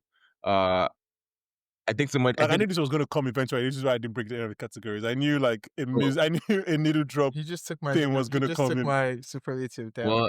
Well, you know, I got to finish it since I started it. I got to finish. Yeah. No, I'm good. I'm good. Should I give let a me ask you both a controversial question. opinion? Okay. Should I give a controversial? Ebuka, give a actually. controversial. Yeah, go Why are ahead. you rolling your eyes? I don't Just think give a that needle controversial. drop is in my top 5 in the Guardians like franchise. See, now that is just like Okay, let me ask this question. What? Which is a better needle drop to you guys in this movie? Florence at the end or Beastie Boys in the fight scene? I think in a vacuum is the Florence one. In the scene, right? Which I guess that's the point of a needle drop. It's for the scene. The Yeah, Beastie Boys, whatever, does yeah. the scene a better Yeah. service, right? It's better in service of the. Of But the I think in scene. a vacuum, it's the Florence one, man. It's the Like The end. Florence one. The That's why Florence I one said hit for me. end because Yeah. also between that one and I Want You Back in part 1, which I think was a fantastic. I don't even think it's close, man.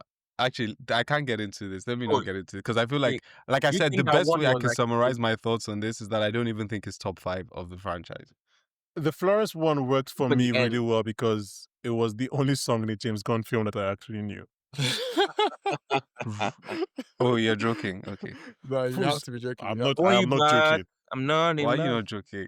No, like I'm not joking. Do you think I listen to Peanut- Beastie peanut- Boys in my spare time? You didn't know if The she likes chain. pina colada dun, dun, dun, and dun. getting Okay, caught yeah. in the rain. Even the I chain. mean, okay, yeah, I like, guess I good know man. that, but like, it's not a song that like I know. It's a song that like I've heard places. Like this Florence song is like I listen to Florence and the Machine, so like it was the You Leo listen to meme was Florence the first. and the Machine. I listened Do you to Florence also and the drink Machine. matcha with oat milk? The fuck? I'm sorry that I'm in touch with my emotions and I feel like to With- feel with things avocado toast. like.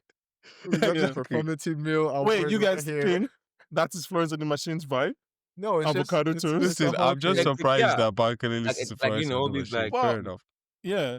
What was I going to say? So it was one time where I was like, oh, I know that song. I've heard that song. I've chosen to listen to that song on my own. Afolabi, I know you have another one. Give me another superlative. well, Just rattle them my off. other one was another controversial one. I think the best transition in leadership for a team. I think Rocket becoming leader of the Guardians is better than the Falcon becoming Cap. Than what's it called? Even that I should really become like this. I really like this category. I really like this Black category. Panther. Who was again? Because I remember thinking like there were 3 or 4 when I was thinking about this. But like of all the almost like okay, you are like it's you now. I feel like Rocket becoming leader of the Guardians was like chef's kiss. So that's until Reed Richards becomes leader of the Avengers. He's not the leader of Fantastic Four yet. Like let's let him take the baby steps. Like Sorry. Let's not blaspheme. Reed Richards is the leader of the Fantastic Four. He is Mr. Fantastic. did you watch that movie? It's clearly Sue. No, Sue is clearly the It is leader. Reed What Richards. are you guys talking core. about It's now? emotional Sue is core, clearly right? Sue These is clearly the leader in that movie. When Julia Garner comes and she's like, It's not that long ago. are you guys the defenders of this universe?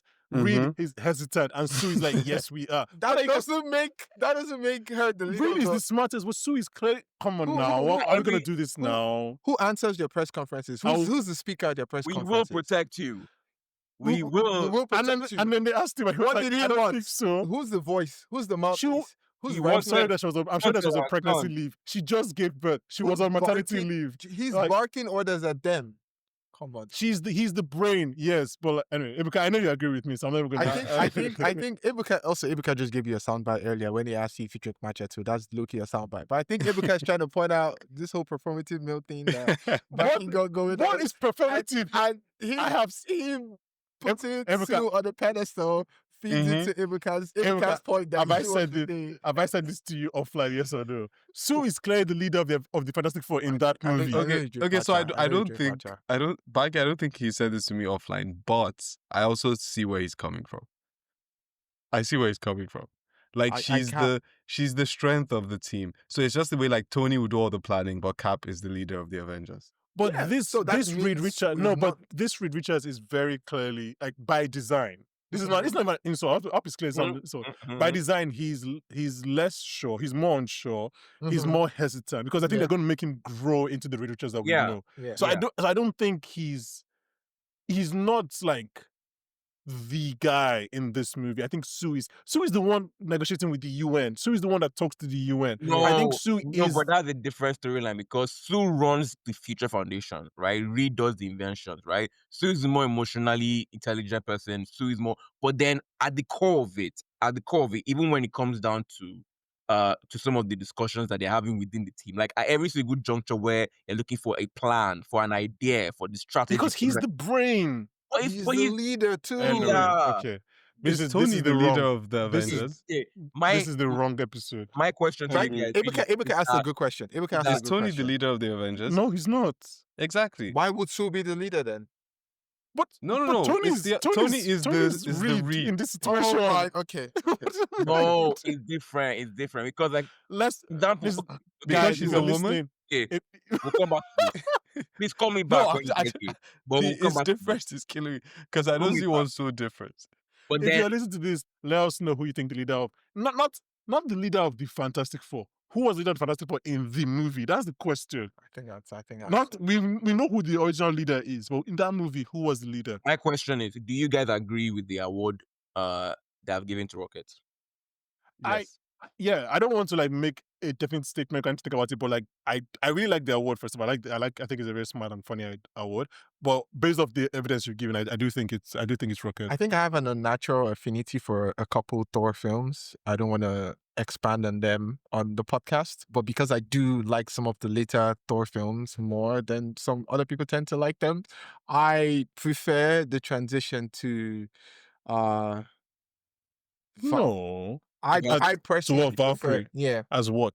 Has the king of makes her the leader of, of New Asgard. Asgard. She is Oh, the bearer of that mantle. I'm Whatever not gonna that. lie to you. Completely wiped from my brain. Yeah. So I forgot. think personally, just because those films they were overhated, so obviously people are not going to. It's not It's going just to stand one- up. it's just Like I one think film, though. Afolabi the It's just like Ragnarok was liked. It's just okay. Yeah. So, but I think it doesn't. It might not be better than your answer. I think your answer is probably the answer, but I prefer that transition. Yeah, I do really like that. I do really like your pick. I like that a lot. Ibuka, give me one superlative that you have. Oh, this one. My first superlative is that this movie has the scariest looking thing I've ever felt bad for in my life, and I'm sorry What? to say it. Teeth? That rabbit thing. Oh no, the Floor. one that like that surprises Mantis. What? Wait, which one? What are you talking No. about? King of Diabolus. Floor. The rabbit yes. looking thing. Oh, I In- thought you meant the, Small teeth. One of Rocket. It's Steve. Yeah, of course it's Steve. One of Rocket's friends. That thing is straight out of a horror film, man. I'm so sorry. Damn. Like the rest of them, I know we're not supposed to say it because it's not their fault, but I It's felt not bad for their them. fault. I was terrified. That's fair. Do you think there's racism in Counter Earth? 100% no. Did you see someone selling in drugs? 5 seconds? I just want you guys to see how. I hope you guys are watching on YouTube or Spotify. Ebuka answers my question like this, but in 5 seconds, Max Steve is like, "What have I done coming to this podcast?" Like, he realizes who we are, what we are, Popcorn Container. I don't know, Because man. those are the questions I ask. I tried to think of what we could possibly talk about, and they never include racism and possibly Well, actually, I'm sorry if there's racism in Counter Earth because, like, crazy. yeah, because like Crazy. it quickly devolved into like drug dealing and bums living on benches. So I wonder how far back did his society digress? Yeah. Ebuka, do you have any other superlatives? Oh, I have one. Okay. This is my final one. This movie has the best use of the last name, full name drop before a gunshot in all of cinema history, obviously, because no one has ever done this. So you're saying Rocket. you're crazy. Rocket. So you're saying You know so you're what? saying every decade's worth of James Bond films. Oh. they can't go to What films?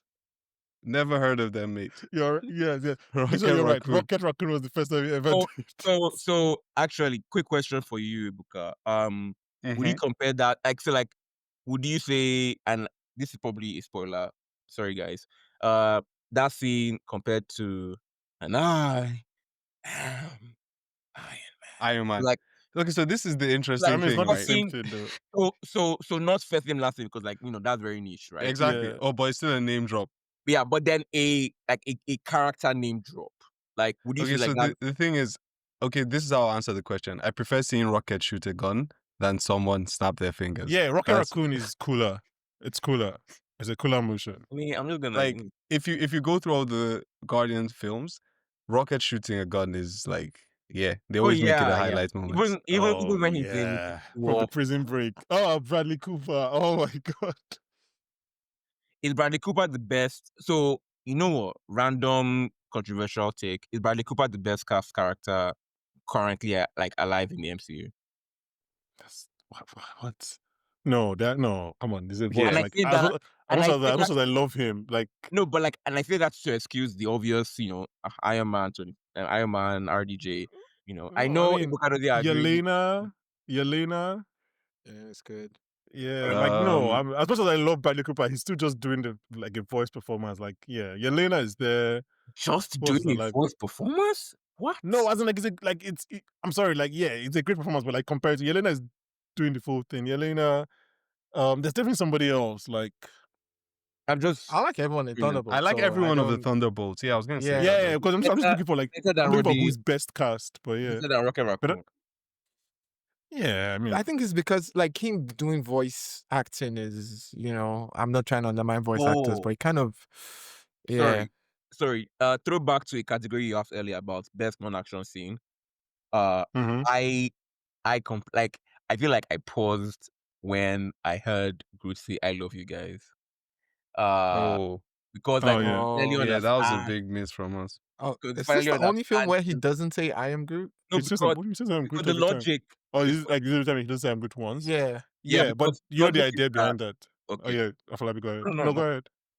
No, go ahead, go ahead. That it's taking that like before we didn't understand him, but like now Oh, now we we the agree. audience Yeah. and Gamora, the new Gamora, have Yeah. now understood him to the point where we can hear what he's actually saying. Because Okay, I think he's I knew always that had by an this actual shoulder. script, like the Groot script actually has like what he means, which is like whenever he says it, Mhm. like actually meaning behind it. So this time Yeah. practice to now understand it's in Okay. the Groot Okay. issue, whatever Okay. it is, yeah. Bro, So James Gunn, man. to get that, I was like, James Gunn. You don't have any superlatives, right? Yours was the No, music mine one. was the music one, Yeah. and then the other one was the character one. But Character. Nebula and Rocket. I was just gonna say the film with the with the most complete arcs for the two lead Okay, characters. yeah. And Nebula and Rocket. Nebula and Rocket. That's cool. I had Yeah, best arc. That one I was gone. I had Yeah. best. I had best villain. We've done that extensively. Yeah.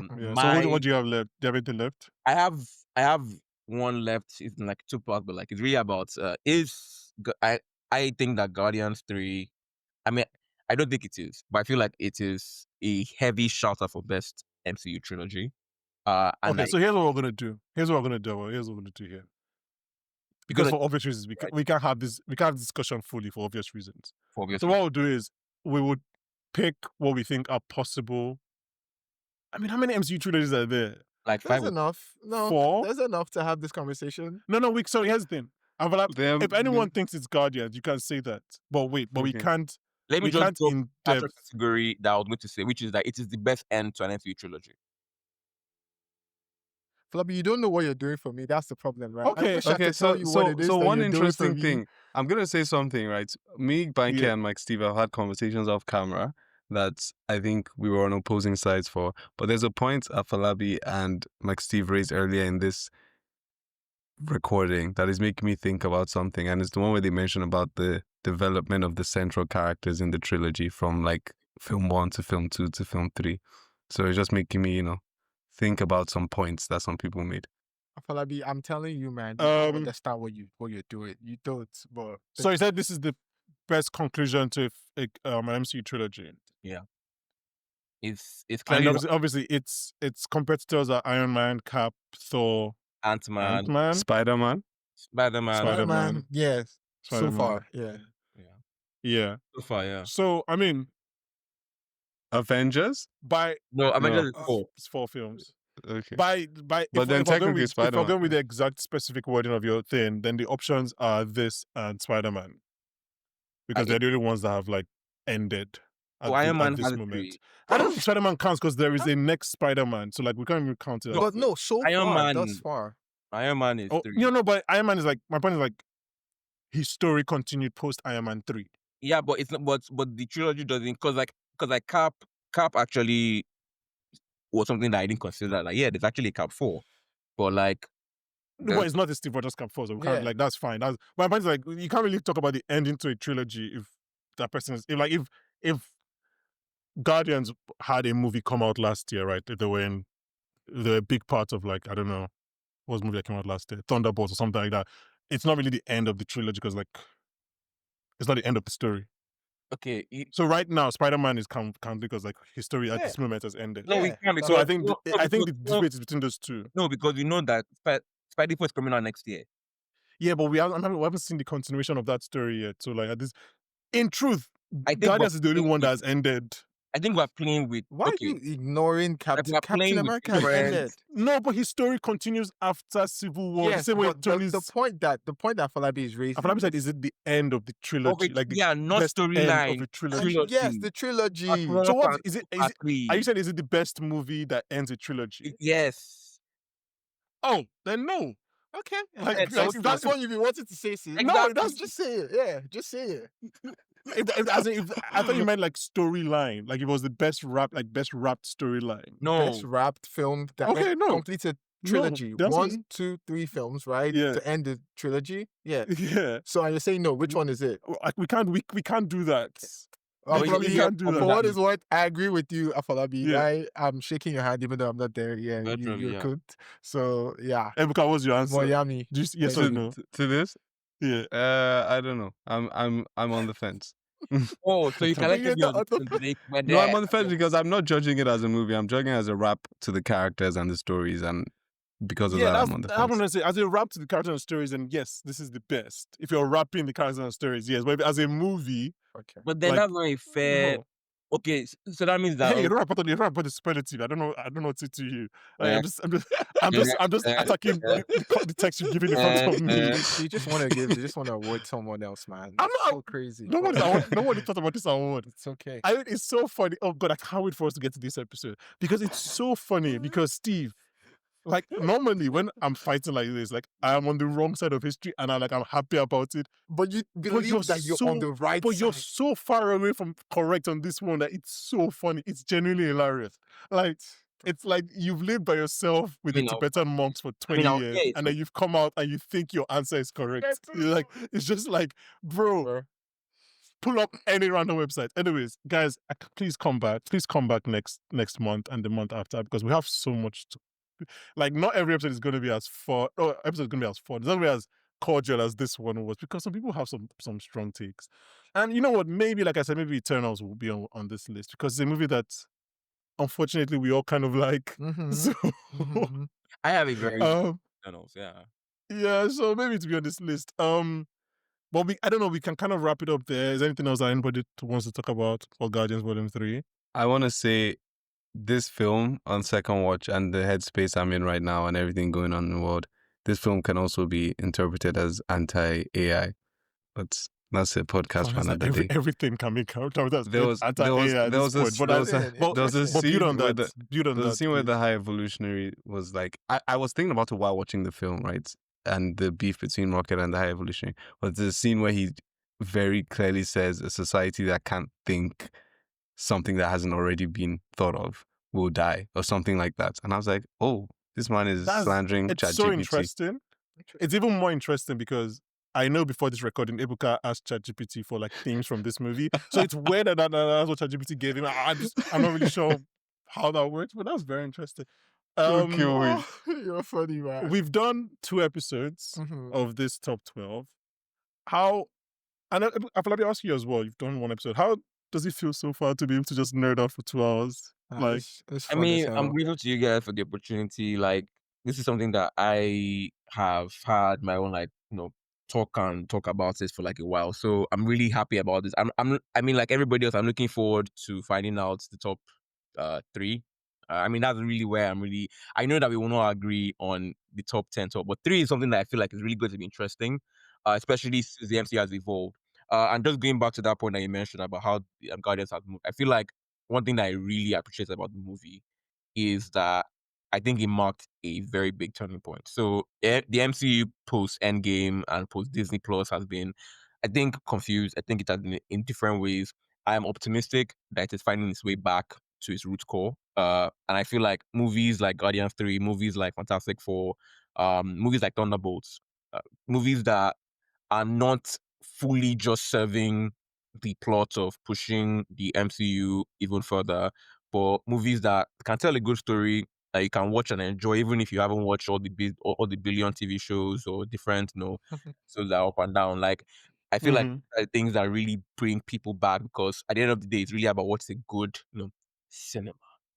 So I'm really looking forward. I'm hoping that it gets better, and I feel like one thing that Guardians does very well is also that it's something that really cemented that, and the MCU and reaching that point with this particular movie and this trilogy, and hopefully some of the characters come back and we can have a really good time enjoying them. Yeah, I think your point is correct, and I agree with you completely on your point. I don't know that the timing is necessary because there was some not so great films that came out right after that. So I don't think that was Yeah, exactly it's the not- the turning point itself. But yeah, like you're right, like Thunderbolt, What came out after Guardians? Brave your New Captain World. America film. You say my Captain America film. Sorry, the Captain America film. I'm so sorry. One of us has a good review of Brave New World on Letterboxd, The- and it's not me. the- So I don't really know. The Captain America film came out after that. Good. When did Quantumania come out? I think before this. Oh, okay. Yeah, Was it the yeah, same just year? before. Probably the same year. Yeah, same year, Okay, but just okay. before. I think February, and then you know what also came out after this movie? The Captain Marvel. Marvels? The Oh, Marvel. the Marvels. Sorry, yeah.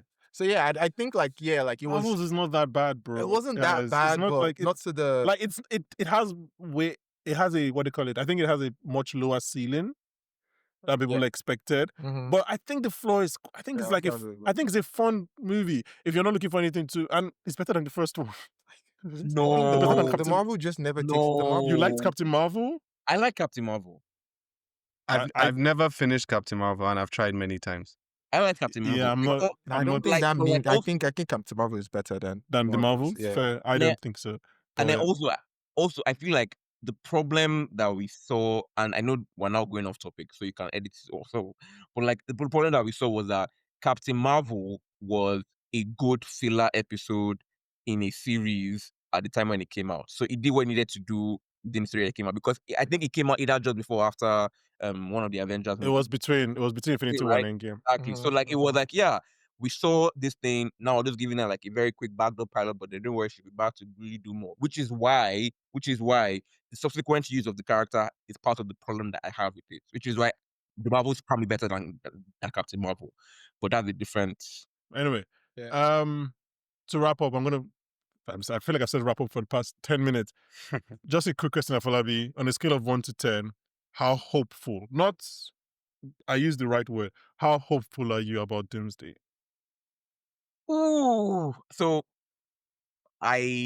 here's where I am, right? Where here I am is that the Russos, I think, have not been. Wait, no. Give me 1 to 10 before you start giving explanation. Give a number first. 7. Okay, that's okay. Now continue. Before That's very hopeful. 5, it is 7 now for 3 reasons. One, the Russos know how to play with Marvel. So I think that we're all relying on that one fact. It's actually kind of hilarious how we're all relying on that. It is so insane, but it's actually also like the anchor, because if it was anybody else, I don't think I would not see first day. I would maybe go after I know people have seen it, right? So like there's that. The second one is now that I feel like Marvel is now reaching a point where they are much more grounded and not having to like out to like the whole Disney Plus or the wider storyline. So Grounded with 700 cast members. I mean, You can be grounded with 700 cast members. It's possible. because we still have a conversation about like which characters are not in the movie. And I feel like in the past, it had been an expectation that everybody was in the movie. So the fact that they've chosen these characters, I have to assume that there's a very good storyline to get there. And the third one is honestly that I feel like they are. I think really my optimism just really comes from the fact that you have to hope, right?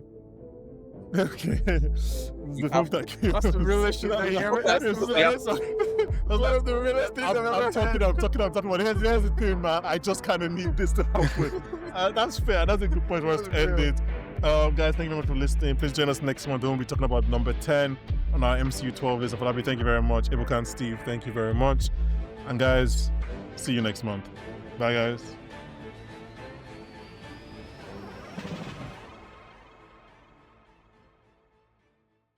The other day, I was coming back from work and I was at the bus stop at like 10 p.m. It's like a cubicle like bus stop. So it's glass, small, and there's like only one doorway. So I'm at the bus stop, I drop my bag on to get something out. And then I hear something come from behind me. So I turn around and it's like a dog, right? And bear in mind, people listening to the podcast, no, I hate animals, I hate dogs. Yeah, I stand on that. You're saying this on the podcast about We Guardians call of the Galaxy. Hey, with look, the Cosmo. it's, there's a reason. There's a reason. I don't do anything by mistake. So the last few times I've seen dogs, like last 3 or 4 times, like they've always been barking at me, right? Because I do think Because dogs they are know. racist. That's a No, different because thing. they know. Because they know that you don't like them. I think. Well, how do they know? Maybe I don't like them because they are racist. All dogs are racist, whatever. So I turn around and I see this dog, and he stares at me for like a second, maybe a second and a half at most, and he just starts unleashing. Like I'm saying, Unleashing what? like it's just barking. Like its owner is like maybe 10 feet away with a leash, trying to like struggling to pull it back, right?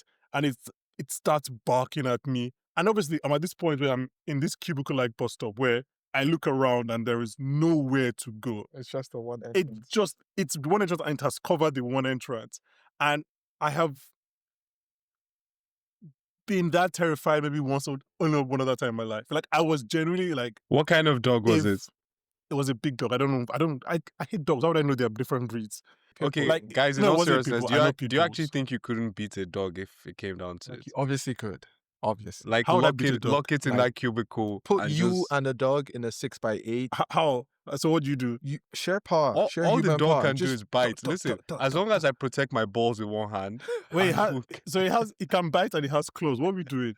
It doesn't have What claws, man? It Break his Dogs leg. don't have claws. Not Don't you claws. break his Wait, leg. you guys are Can't you talking as if bite?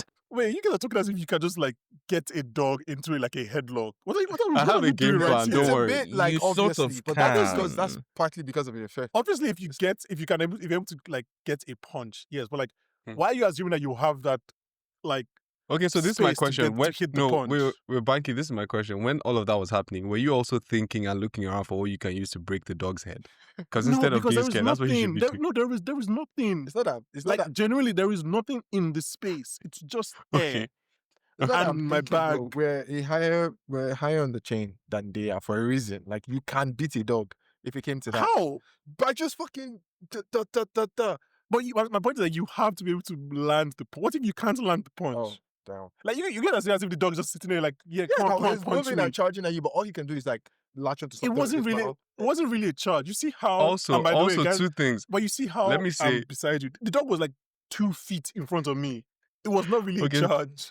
So 2 things, right? One thing I'll say is that it depends on the kind of dog, right? Some Yeah. dogs, they will kill you. But the second thing I also say is that when it comes to situations like that, I always think my extreme case scenario is that I sacrifice a leg, and when the dog is latched onto that leg, I just punch the Well, neck. maybe I didn't and want to keep... sacrifice it. Okay. Anyway. Afolabi's right. Time. No. Anyway, Okay. the owner kind of pulled the dog away, and the owner is like really like, I'm really sorry. And then This is like alright. I just kind of just walked. It took me 10 minutes to realize what just happened, and an extra 15 minutes for like my heart to calm down. Like I didn't realize how scared I was until it was over, and I was like, Jesus Christ! Like I was genuinely anyway. So that's why I hate dogs. I thought this was going to be a happy story. Yeah. On the thought Guardians it of was the going Galaxy to podcast. Segue into. I don't know why you guys think anything I would say will be a happy Alright. story, but okay. That's